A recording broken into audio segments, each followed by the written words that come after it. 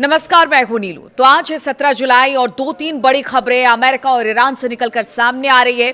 जी हां, अमेरिका ने जैसा कहा था वैसा वो कर रहा है। अमेरिका ने ईरान में एयरपोर्ट, रेलवे स्टेशन और पुल तबाह कर दिए हैं। यूएस आर्मी ने लगातार छठी रात कहर ढाया है। अमेरिकी हमले के बदले ईरान ने भी जवाब दिया है और खाड़ी में अमेरिका के सहयोगी देशों पर जबरदस्त हमले किए हैं। खासतौर पर कतर की बात की जाए, कतर की राजधानी दोहा में शुक्रवार तड़के सुबह कई धमाकों की आवाज सुनने की खबर सामने आई है। अमेरिका ने लगातार छठी रात ईरान पर जोरदार हमले किए और उसी का जवाब ईरान ने दिया है। अगर अमेरिका के हमलों की बात की जाए तो इन हमलों में ईरान के अंदर एयरपोर्ट, रेलवे स्टेशन, पुल को निशाना बनाया गया है। जैसा ट्रंप ने कहा था कि बेसिक एमिनिटीज को भी अब निशाना ईरान के बनाया जाएगा और हुआ भी कुछ ऐसा ही। अमेरिका की तरफ से जो हमला किया गया उसमें तबाही मची है ईरान में, यानी अमेरिकी सेना ईरान के नागरिक ढांचों, इंफ्रास्ट्रक्चर को तबाह कर रही है। वहीं जवाब में ईरान ने खाड़ी क्षेत्र में अमेरिका के सहयोगी देशों पर हमले शुरू कर दिए हैं। कतर की राजधानी दोहा में शुक्रवार यानी कि 17 जुलाई के तड़के सुबह कई धमाकों की आवाज सुनने को मिली। आपको बता दें कि दुनिया में तेल व्यापार के लिए बेहद अहम हॉर्मूज को लेकर फिर से लड़ाई शुरू हो गई और ये लड़ाई अब धीरे धीरे और भीषण होती चली जा रही है। ये लड़ाई उस शुरुआती समझौते पर हस्ताक्षर होने के सिर्फ 20 दिन के बाद भड़क गई, जिसका मकसद इस संघर्ष को खत्म करना था। यह संघर्ष फरवरी के आखिर में अमेरिका और इजराइल के ईरान पर बड़े हमले के बाद शुरू हुआ और फिर उसके बाद युद्ध विराम भी हुआ, बातचीत भी हुई, लेकिन उसका कोई नतीजा नहीं निकला और अब स्थिति और गंभीर होती चली जा रही है। अमेरिकी सेंट्रल कमांड सेंटकॉम के मुताबिक गुरुवार शाम को फिर बताया गया कि वो ईरान की सैन्य ताकत को और कमजोर करने के लिए नए हमले कर रहे हैं और ये लगातार छठी रात थी जब अमेरिका सेना ने ईरान पर हमला किया। ईरान के सरकारी मीडिया के मुताबिक देश के दक्षिणी हिस्से में 2 पुल, 1 रेलवे स्टेशन और 1 एयरपोर्ट पर हमले हुए हैं। ये इलाका रणनीतिक रूप से बेहद अहम माना जा रहा है और यह हॉर्मूज के पास भी है, इसलिए खास तौर पर अमेरिका इनको टारगेट कर रहा है, जहां से दुनिया भर में तेल और गैस की बड़ी सप्लाई होती है। क्योंकि अब चुन चुनकर उन्हीं इलाकों को ईरान के निशाना अमेरिका बना रहा है।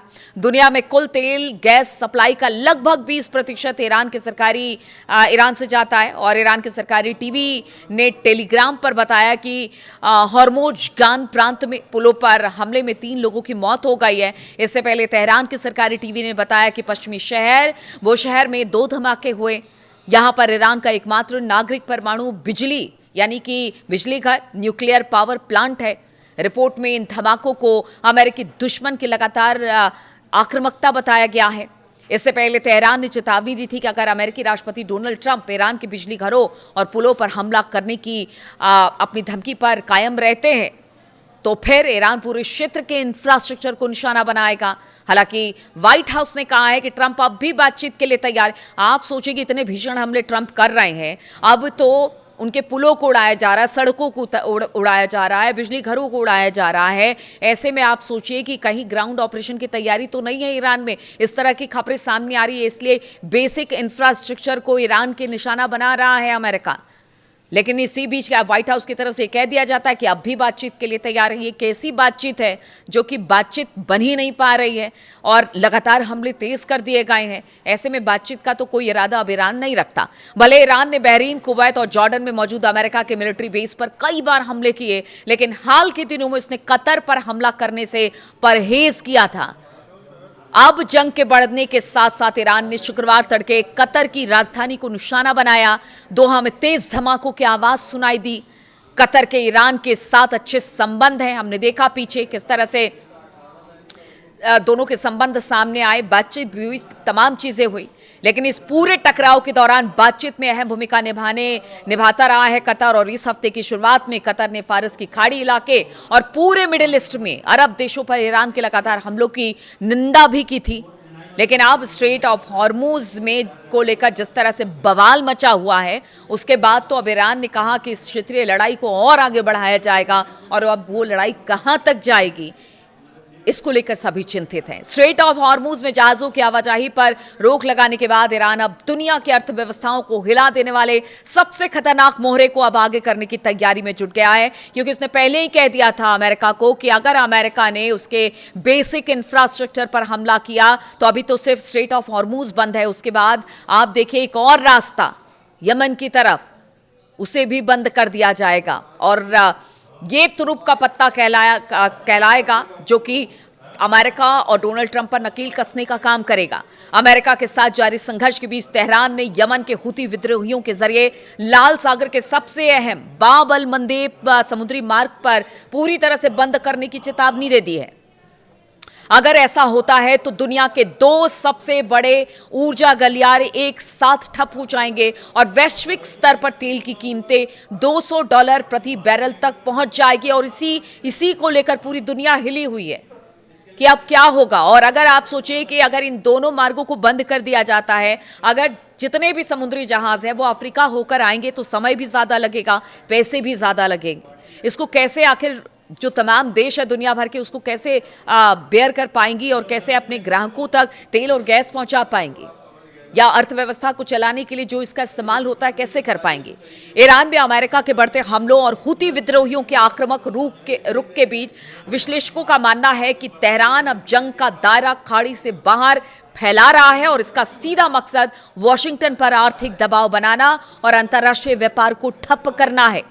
ईरान के प्रेस टीवी के अनुसार यमन के एक वरिष्ठ अधिकारी ने साफ लहजों में कहा कि अगर सऊदी अरब ने यमन पर हमले जारी रखे तो यमन का जो वहां पर काम कर रहा सशस्त्र बल है वो बाब अल मंदेब को पूरी तरह से सील कर देगा।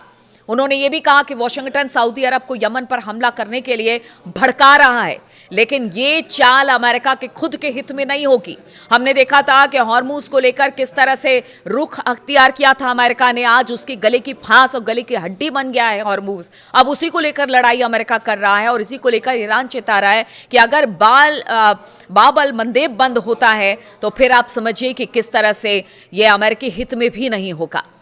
अगर रॉयटर्स की माने तो रॉयटर्स के विशेषज्ञों के हवाले से कहा कि अगर हॉर्मूज ईरान का सबसे बड़ा रणनीतिक हथियार है तो बाब अल मंदेब उसकी आखिरी और सबसे असरदार रिजर्व कार्ड है, और अगर इसे ईरान ने खेल दिया तो आप सोचिए कि सिर्फ अमेरिका ही नहीं बल्कि पूरी दुनिया इससे हिल जाएगी। और इसी बात का डर है, जो अभी बीच में शांति वार्ता हुई थी उससे जो क्रूड ऑयल के प्राइसेस से वो गिर गए थे तो लोगों ने राहत की सांस ली थी, पूरी दुनिया ने राहत की सांस ली थी। लेकिन एक बार फिर से जब ऐलान ट्रंप ने कर दिया कि हमला ईरान पर होगा, आप देखिए फिर से जो क्रूड ऑयल है उसके प्राइसेस बढ़ जाएंगे। और अगर बाब अल मंदेब को बंद कर दिया जाता है तो बताया जा रहा है कि क्रूड ऑयल के प्राइसेस 200 तक पहुंच जाएगी।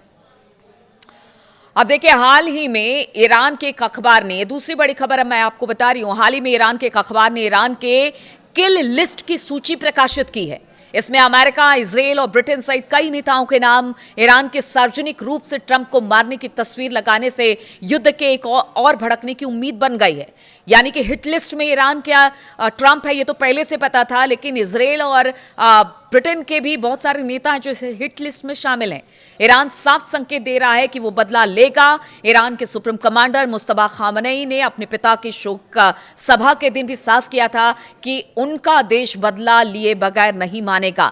और इस बीच खुद ट्रंप ने कह दिया कि उनको मारने की साजिश ईरान रच रहा है।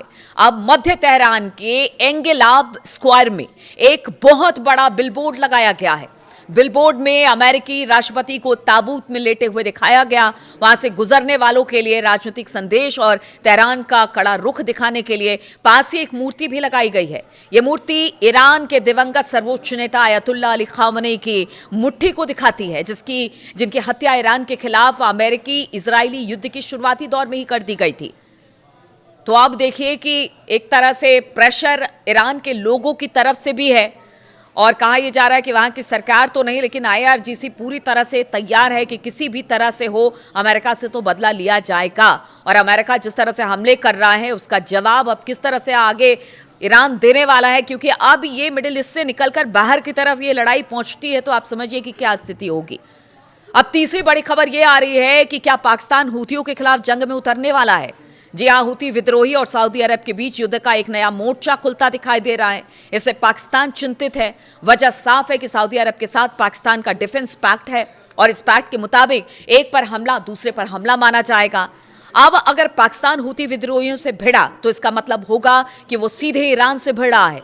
यही वजह है कि पाकिस्तान घबराया हुआ है। पाकिस्तान को समझ में नहीं आ रहा कि जिसकी मध्यस्थता के लिए वो बीच में पड़ा है अब उसी के खिलाफ, उसके प्रॉक्सीज के खिलाफ उसे खड़ा होना पड़ेगा। देखिए, पिछले महीने पाकिस्तान ने वॉशिंगटन और तेहरान के बीच में अंतरिम समझौता कराने में मदद की थी, बहुत कोशिश की थी, अभी भी कोशिश कर रहा है, लेकिन पिछले साल ही पाकिस्तान ने सऊदी अरब के साथ अपनी आपसी रक्षा समझौता किया और हजारों पाकिस्तानी सैनिकों के साथ लड़ाकू विमानों का एक स्क्वाड्रन भी सऊदी में तैनात कर दिया।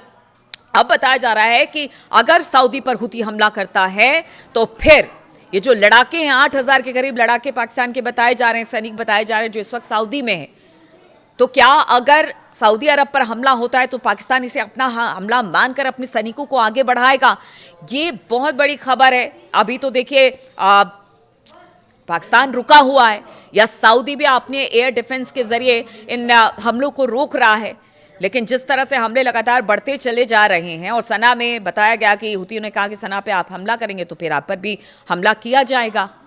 तो ये देखिए, 2-3 खबरें ऐसी हैं जो कि ये जरूर आपके, हमारे और पूरी दुनिया के लिए चिंता की लकीरें पैदा करती हैं कि अब इस लड़ाई का क्या होगा। ये देखिए, कई फ्रंट में ये मोर्चा खुल गया है और धीरे धीरे लड़ाई अब बढ़ती चली जा रही है, लेकिन अमेरिका है कि रुकने का नाम नहीं ले रहा, और अमेरिका के ना रुकने पर ईरान भी लगातार हमले कर रहा है। अब तो ये हमले का दायरा है वो लगातार बढ़ता चला जा रहा है, और अगर हॉर्मुज के साथ साथ बाब अल मंदेब को भी बंद कर दिया गया तो फिर जरूर इससे दुनिया में हाहाकार मचने वाला है। अब देखना होगा कि अगले 24 से 48 घंटे के बीच में और किस तरह के हमले होते हैं, क्या कुछ निकलकर सामने आता है। तमाम अपडेट्स के साथ मैं आपके साथ जुड़ती रहूंगी। फिलहाल बहुत बहुत शुक्रिया मेरे साथ इस वीडियो में शामिल होने के लिए। अपना कमेंट्स लगातार करते रहिएगा, और साथ ही साथ जो स्थिति बनी है उसको लेकर आप क्या सोचते हैं वो भी जरूर बताइएगा।